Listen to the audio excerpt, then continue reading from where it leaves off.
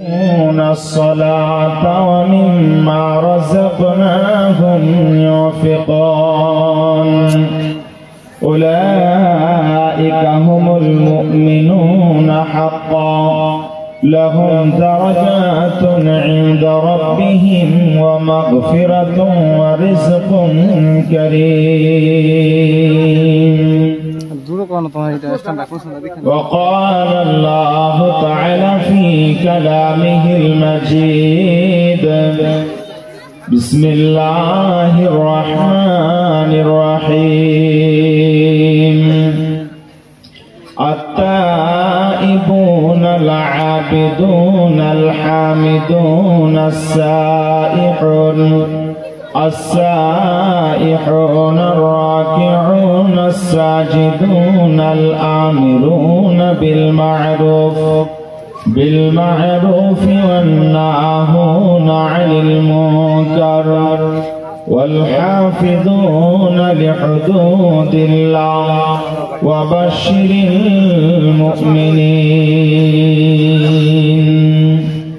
وقال النبي صلى الله عليه وسلم عن أنس رضي الله تعالى عنه قال قال رسول الله صلى الله عليه وسلم لا يؤمن أحدكم حتى أكون أحب إليه من والده وولده والناس أجمعين القما قال عليه الصلاة والسلام.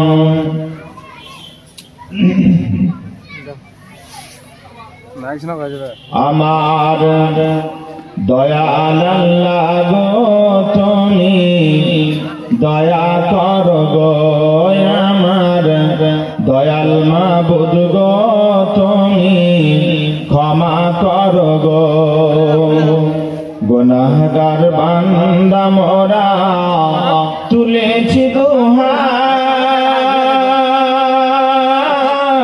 কবুল করে নাও গো প্রভু মোদের মোনাজাত গুনাহগার বান্দা মোরা তুলেছি দুহাত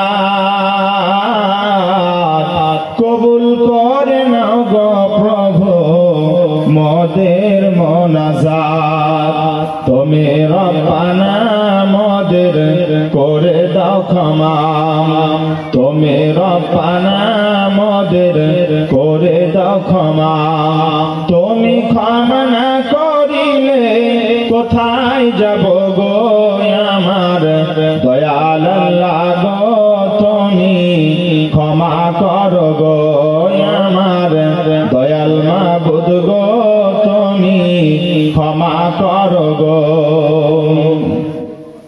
কিয়ামতের মাঠে মরে স্মরণে রাখিয়া জাহান্নামের আগুন হতে বাঁচায়া নিও তুমি রহমান মোদের না করো অপমান তুমি রহমান মোদের না করো অপমান জাহান্নামের আগুন হতে নাজাত দিও গো আমার দয়াল মাবুদ গো তুমি ক্ষমা কর গো আমার দয়াল আল্লাহ গো তুমি মাফ কর গো সবার চেয়ে দিলে আমি তোমায় ভালোবাসি তাই না আমি দিবানিসি বারে বারে আসি তুমি জলিল জব্বার তুমি গফুর গফার দয়া করে তুলসিরাতে করে দিও পার তুমি দয়াল মাবুদ গো তুমি মাফ কর গো আমার দয়াল আল্লাহ গো তুমি ক্ষমা কর গো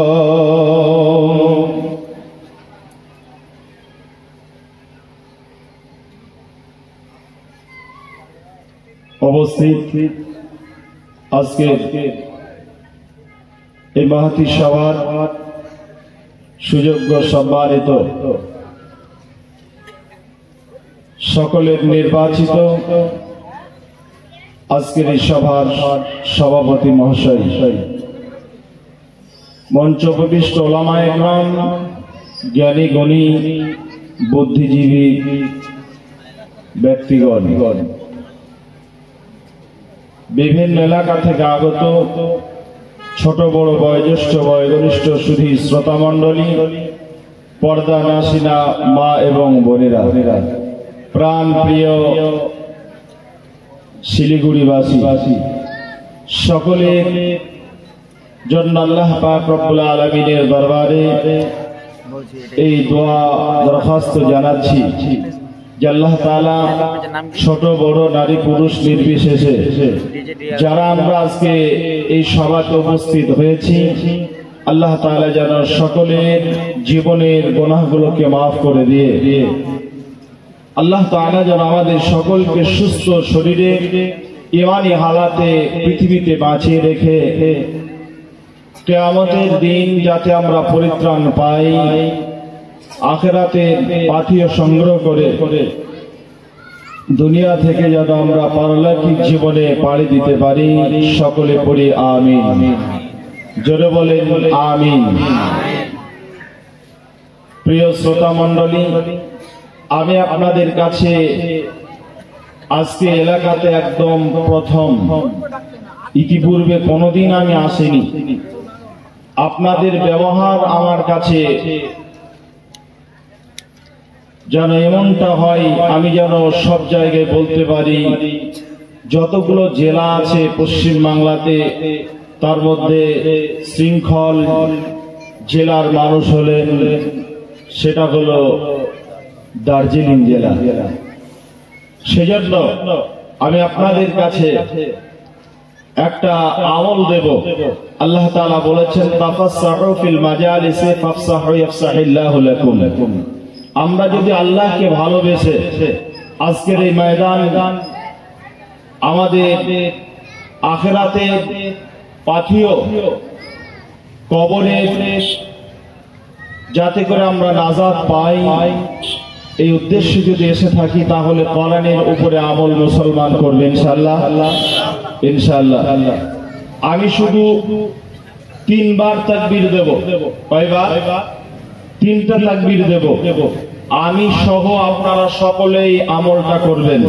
প্রথম তাকবীরে উঠবেন, দ্বিতীয় তাকবীরে যার যতটা জায়গা সামনে আছে সাইডে আছে বসে যাবেন, আগে আসবেন।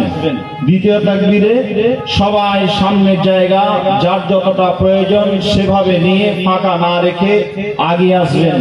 আর তৃতীয় তাকবীর দেব আপনারা আপন আপন জায়গায় বসে যাবেন। ইনশাআল্লাহ আমল করতে পারবো তো? ইনশাআল্লাহ। তাহলে শুরু করি। বলি নারে তাকবীর, নারে তাকবীর।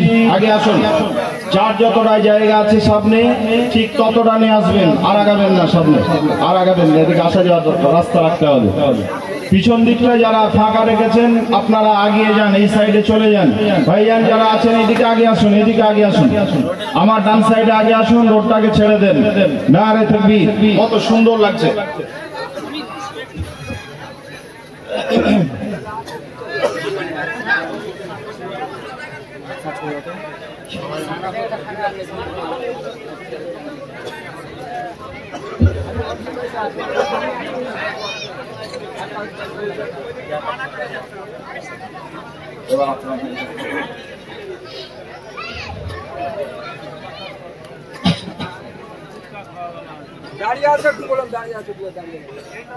और আমার বাপের কুটুমও নয় আর আমার আপন ভাইও নয় যে আমার কথা শুনবে। জি, এরপরেও যদি বলেন ওদের পা ধরলেও আসবে না, ও জাত আলাদা জাত, আমাদের জাত নয় এগুলো।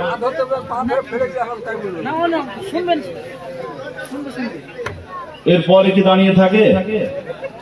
আমি বলেছি কোরআনের উপর আমল করার কথা। মুসলমান কোরআনের উপর আমল করবে কি করবে না? এসেছেন কেন তাহলে? এরপরে যদি দাঁড়িয়ে থাকে জানতে হবে ওরা মুসলমান নয়, ওরা আলাদা কিছু আছে। থাকলে বসে যান, না হলে কেটে ওঠেন, দরকার নেই আপনাদের। যেগুলো আছে এগুলো ঠিক হলে পারে যথেষ্ট হয়ে যাবে ইনশাআল্লাহ। তবে একটু কথা বলবো, পিছনে যে বাচ্চাটার আপনি আছেন ওখানে রাস্তা রাখতে হবে, ওই দিক থেকে মানুষ আসবে এখানে বসবে, একটু সাইড হয়ে যান। জি ভাই, সাইড হয়ে যান। আজকের এই সভায় আপনারা আসতে পেরে খুশি না নারাজ? সকলেই খুশি। খুশি তখনই মানাই যদি আমার ছেলে এমবিবিএস চান্স পাওয়ার জন্য অনেক দিন যাবৎ সে পরিশ্রম করছে, সে যখন এমবিবিএস চান্স পেল, এন্ট্রান্স পরীক্ষাতে যখন চান্স পাবে, এমবিবিএস ডাক্তার যখন হবে, তখন আমাকে আর বলে বেড়াতে হবে না আমি খুশি আমি খুশি, এটা বলতে হবে না। তার আচার আচরণে, তার কথাবার্তাতে, চলাফেরাতে মানুষ বুঝে নেবে লোকটা খুশি আছে। কথা ঠিক না ভুল? জি, আপনাদের এলাকায় চাষ হয় খুব উন্নত মানের চাষ, আনারস চাষ হয়, তারপরে আপনাদের এলাকায় চা পাতি চাষ হয়, চায়ের চাষ হয়, উন্নত মানের চাষ। আপনারা করলে পারে খেতে পাবে, চা না হলে খেতে পাবে না। এত উন্নত মানের চাষ করছেন, যদি চাষের ক্ষেত্রে গিয়ে যদি লস খান বারে বারে, তাহলে কিন্তু মন ভালো করবে না। আর যদি কোনো চাষির প্রতি ক্ষেত্রে যা অনুমান করেছিল তার চাইতে যদি বেশি লাভ হয়, তাহলে লোকটা খুশি, এমন ভাবে খুশিতে থাকবে মনে হবে যেন এই লোকটা আসলেই খুশিতে আছে। তা আমরা যে খুশিতে আছি সেটা বুঝবো কি করে? আমাদের আচরণে, আমাদের কথাবার্তাতে আমরা বুঝতে পারবো যে আল্লাহর প্রতি আমরা খুশি আছি, আর আল্লাহ আজকে আমাদের প্রতি খুশি আছে। আল্লাহ পাক রব্বুল আলামিনকে খুশি করার জন্য খুশি মনে আমরা সকলে সমসুরে একটি বাক্যের দ্বারাই প্রশংসা করে মুখরিত করে তুলি। সকলে পাঠ করছি আলহামদুলিল্লাহ। অতঃপর প্রিয় নবী সাল্লাল্লাহু আলাইহি ওয়াসাল্লামের উপর শান্তির ধারা বর্ষিত হোক। আল্লাহুম্মা সাল্লি আলাইহি আল্লাহুম্মা বারিক আলাইহি।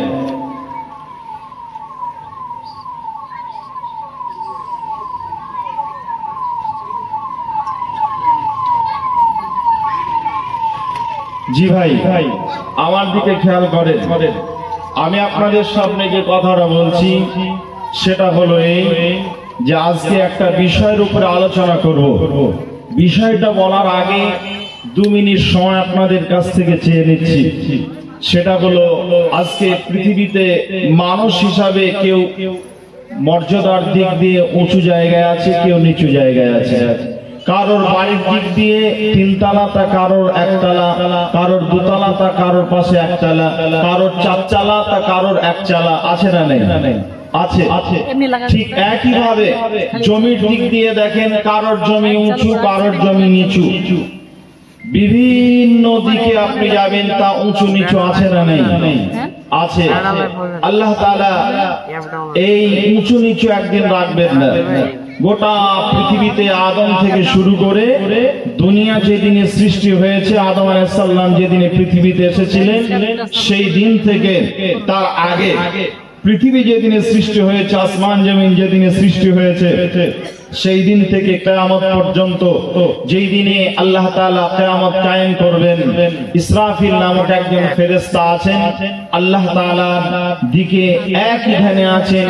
আল্লাহ তাআলা যখন সবুজ সিগন্যাল পেয়ে যাবেন, তখন উনি একটা হুইসেল বাজাবেন। হুইসেল যখন বাজিয়ে দেবেন, তখন সঙ্গে সঙ্গে গোটা পৃথিবী ভেঙে চূর্ণ বিচূর্ণ হয়ে যাবে।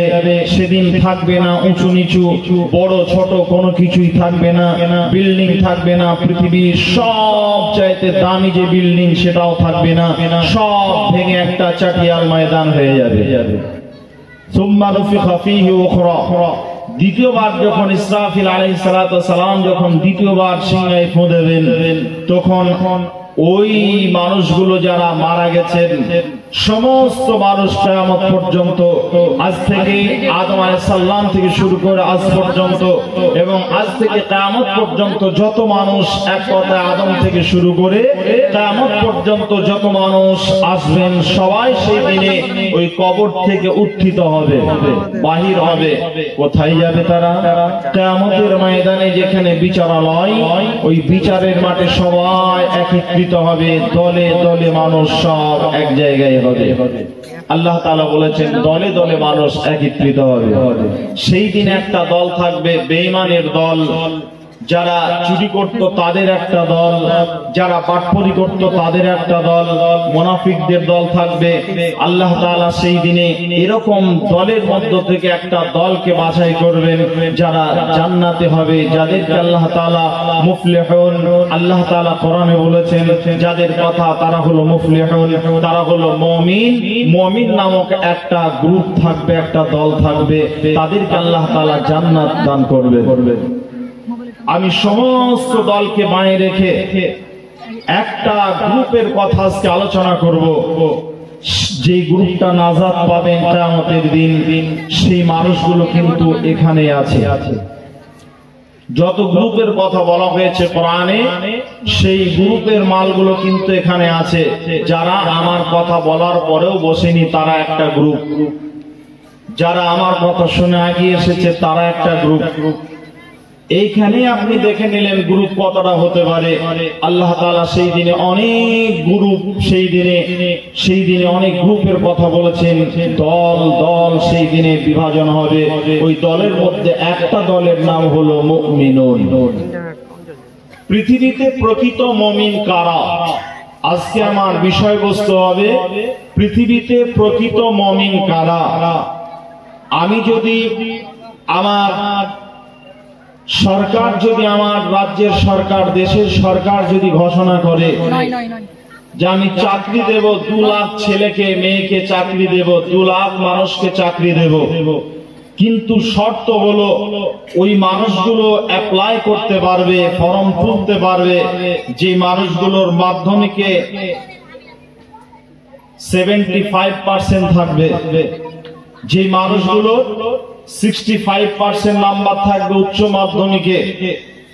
এভাবে ওই মানুষটার 3য় নাম্বার শর্ত থাকবে, লোকটাকে বিএড করতে হবে, ওই ছাত্রটাকে বিএডে তাকে 70% মার্ক থাকতে হবে, এবং তাকে বিএ গিয়ে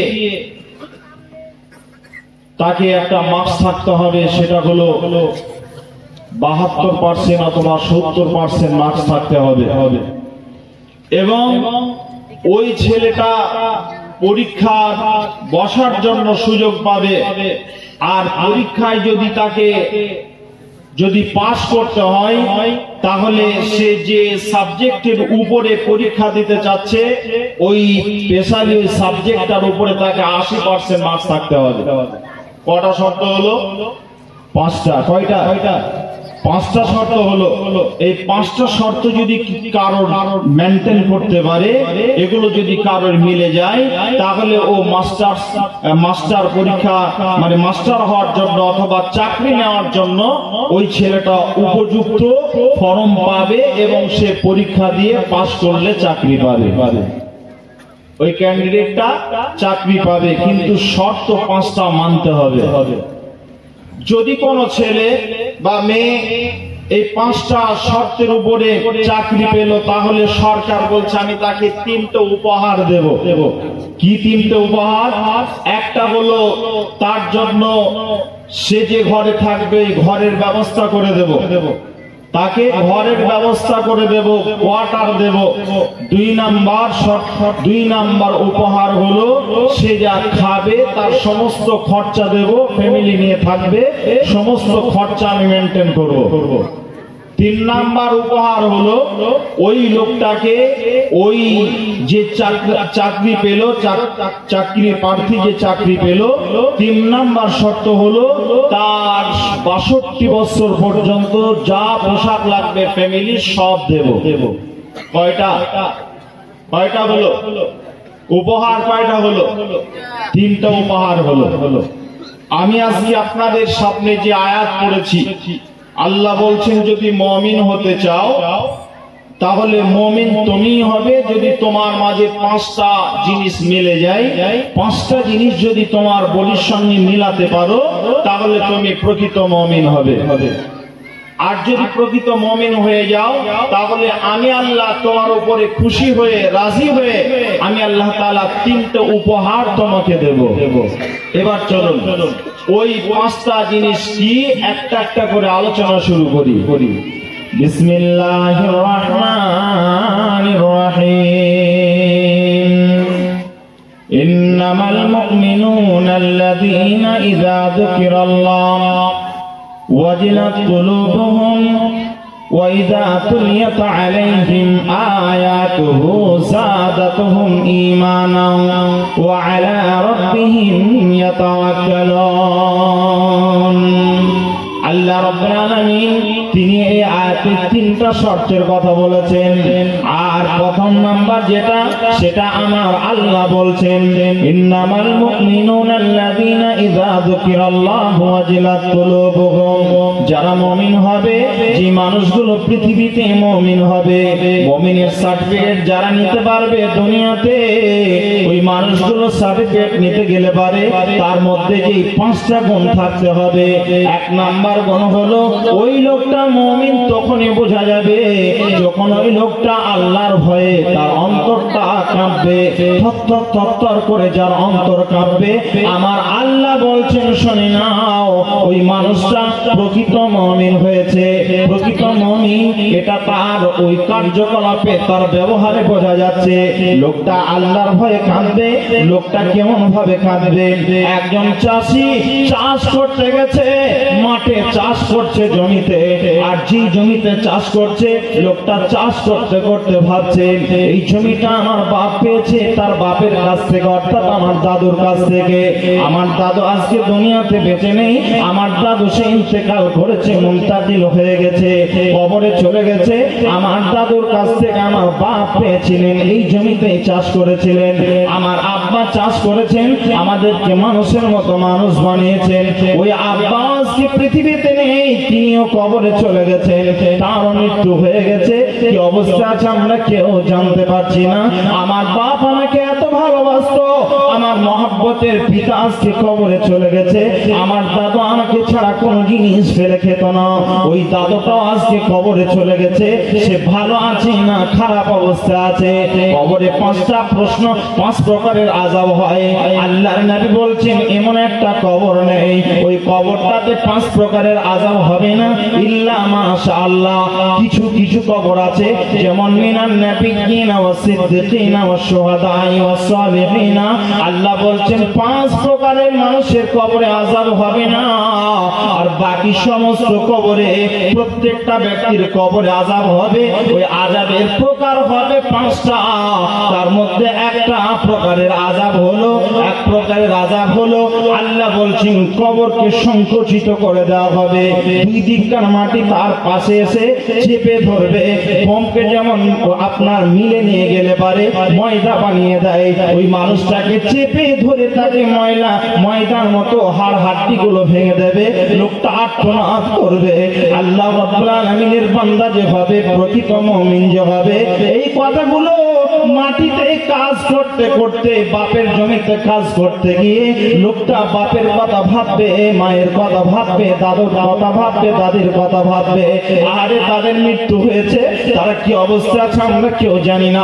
আমার বাপ গেছে, একদিন আমার অবস্থা এমন হবে আমাকেও দুনিয়া ছেড়ে চলে যেতে হবে। ওই কবর কি যে লোকটা নিয়ে ভাববে, যে লোকটা ভাবতে গিয়ে চোখের পানি ফেলবে আর কাঁদবে। চাষ করছে চাষি, চাষ করতে গিয়ে কাঁদবে। ব্যবসাদার একা বসে আছে, বাপের কথা ভাববে, মায়ের কথা ভাববে, কবরের কথা ভাববে, মৃত্যুর কথা ভাববে, আখিরাতের কথা ভাববে। আর জাহান্নামের কথা ভেবে ভেবে লোকটার অন্তর কেঁপে যাবে। লোকটা যেন হুড়মুড় হুড়মুড় করবে, তার ভিতর যেন এমন করবে, আল্লাহর ভয়ে তার মেশিন গুলো এমন করবে, তাকে যেন স্থির রাখতে দেবে না, স্থির থাকতে পারবে না। লোকটা কান্নায় ভেঙে পড়বে। এটা হলো এক নাম্বার মুমিনের বৈশিষ্ট্য। জি ভাই, একটা কথা আমি আপনাদেরকে জিজ্ঞাসা করছি। আমার বাড়ি হলো নদিয়া জেলা। কোথায়? নদিয়া জেলা।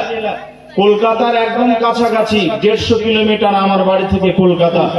আমি কলকাতার কাছাকাছি বসবাসকারী মানুষ, আমি নদিয়া জেলার মানুষ। আমার ভাষা আপনাদের ভাষা অনেক পার্থক্য হতে পারে। আমার কথাতে আপনাদের অসুবিধা হচ্ছে বুঝতে?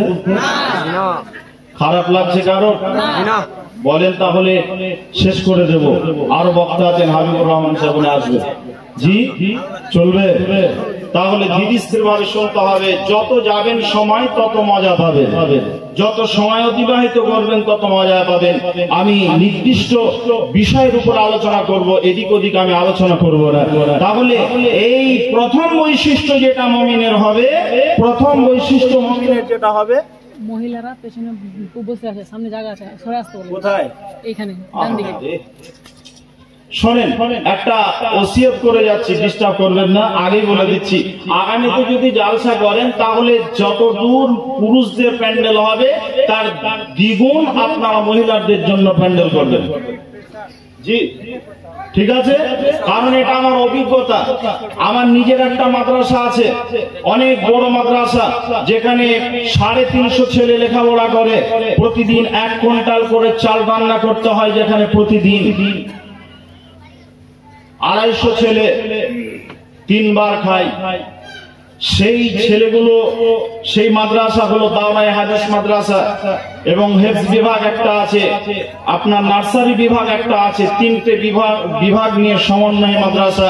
এবছরে আমার মাদ্রাসা জালসা আছে আপনার 7 ফেব্রুয়ারি। প্রধান বক্তা আছেন নূর মোহাম্মদ খাতির সাহেব। তা আমি যেটা অভিজ্ঞতা আমার, যেটা আমরা এবার রাগ করে 2 বছর থেকে যেখানে জালসা করতাম ওটা টোটালটা মেয়েদের দিয়ে দিয়েছি। মানে ছেলে মেয়ে উভয় কিনে একটা জায়গায় জালসা করতাম মাদ্রাসার ফিল্ডে, ওটা 2 বছর থেকে টোটালটা মেয়েদের দিয়ে দিয়েছি। তোরা শান্তিতে থাক, বাকিটা আমরা দেখে নিচ্ছি। আমরা মাঠে চলে গেছি, পাশের জমিটাকে লিজ নিয়েছি। ওই জমিটা বছরে ফেলে রেখেছি জালসা করার জন্য। তা ভাই জান, এটা আমার অভিজ্ঞতার কথা বলছি। সব জায়গায় মেয়েদের জায়গা হয় না। আর মা বোনদের বৈশিষ্ট্য কারোর কথাও শোনেন। এখন যদি আপনার স্বামী, ওই মায়ের স্বামী যদি এসে বলে, বড় বেটা যদি বলে, তাও কথা শুনবে না। আমি তো অনেক দূরের মানুষ, নিজের স্বামীর কথাও শুনবে না। যদি বলে সামনে এসো, আগে বলো, আর ফাঁকা জায়গাটা পূরণ করো, তাও শুনবে না। আমি তো অনেক দূরের, আমার তো কেউ হয় না। তারপরেও বলছে আপনি মায়ের জাত, আপনার অনেক সম্মান, আপনারা সামনের জায়গাটা পূরণ করেন আর একজনকে বসার সুযোগ দেন।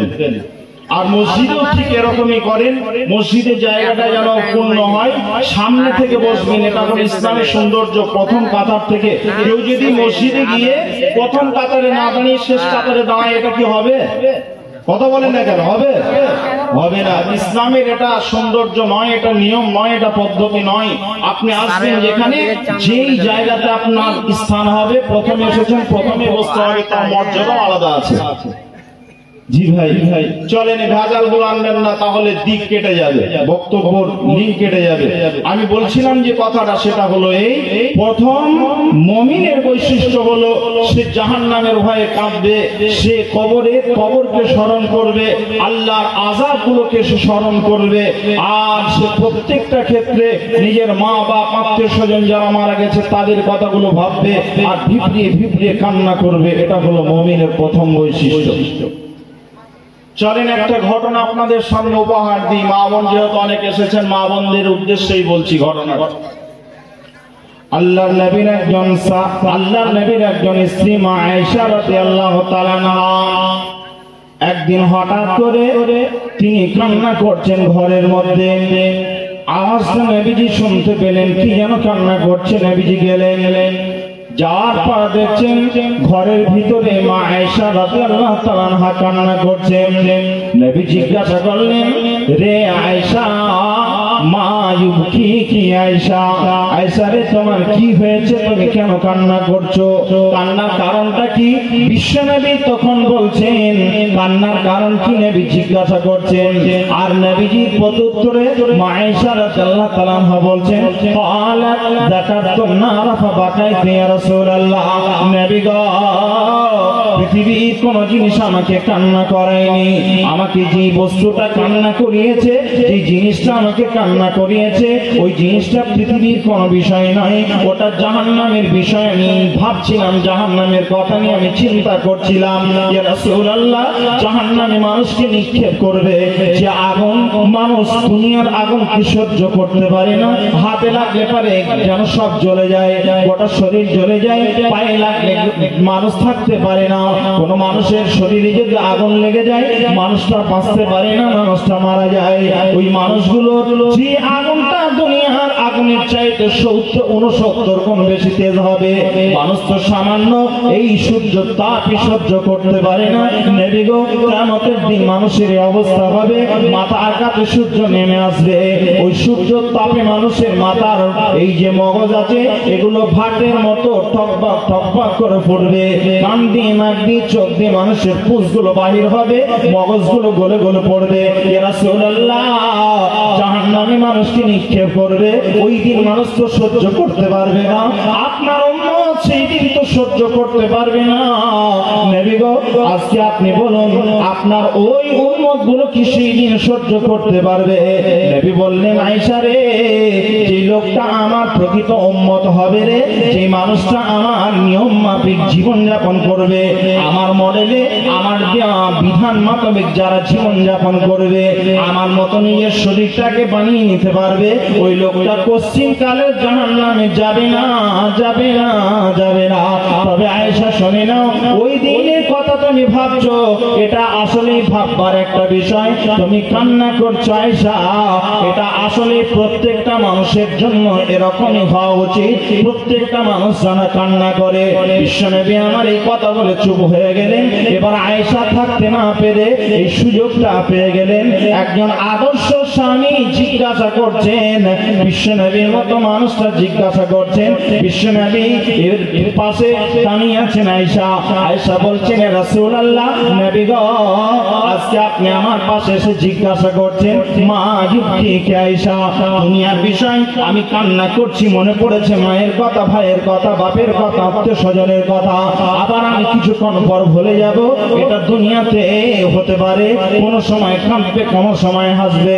ইয়া রাসূলুল্লাহ, কিয়ামতের ময়দানে যেই দিন লক্ষ লক্ষ মানুষ একত্রিত হবে, ওই দিন যদি আপনার আয়েশা ধরা খেয়ে যায়, আপনার আয়েশা যদি বিপদগ্রস্ত হয়ে যায়, আপনার কোন পরিবারের সদস্য যদি বিপদগ্রস্ত হয়ে যায়, আপনি কি সেই দিন আজকের মতো পাশে গিয়ে জিজ্ঞাসা করবেন, আয়েশা রে, কেন তুমি কান্না করছো? আল্লাহর নবী, আপনি কি সেই দিন আমার পাশে দাঁড়িয়ে জিজ্ঞাসা করবেন, রে আয়েশা, কি হয়েছে, তুমি কেন কান্না করছো? আপনি কি জিজ্ঞাসা করবেন এই দিনে? নবী কি বলছেন? নবী বলছেন, আয়েশা, প্রত্যেকটা মানুষের কথা আমি মনে রাখবো, প্রত্যেকটা ক্ষেত্রে আমি মনে রাখবো। তোমার কথা মনে রাখবো, আত্মীয় স্বজনের কথা, উম্মতের কথা মনে রাখবো, আমার আহলের কথা মনে রাখবো। কিন্তু তিনটে মর্ম কাছের আয়েশা, আম্মা ফি সালাসাতি মাওয়াতিনা ফালা ইয়াসকুরু আহাদুন আহাদা। ওই তিনটে জায়গা এমন আছে আয়েশা, ওই তিনটে জায়গার কথা পৃথিবীর কারোর কথা আমি মনে রাখতে পারবো না। আয়েশা বললেন, হে রাসূলুল্লাহ, আমার কথা আপনি মনে রাখবেন না, আপনার আহলের কথাকে আপনি মনে রাখতে পারবেন না। সেই দিনে বিশ্বনবী আমার চোখের পানি ছেড়ে দিয়ে বলেছিলেন, আয়েশা, ওই তিনটে জায়গা এমন ভয়ঙ্কর জায়গা রে আয়েশা, আমি ওই তিনটে জায়গার কথা মনে রাখতে পারবো না, পারবো না, পারবো না।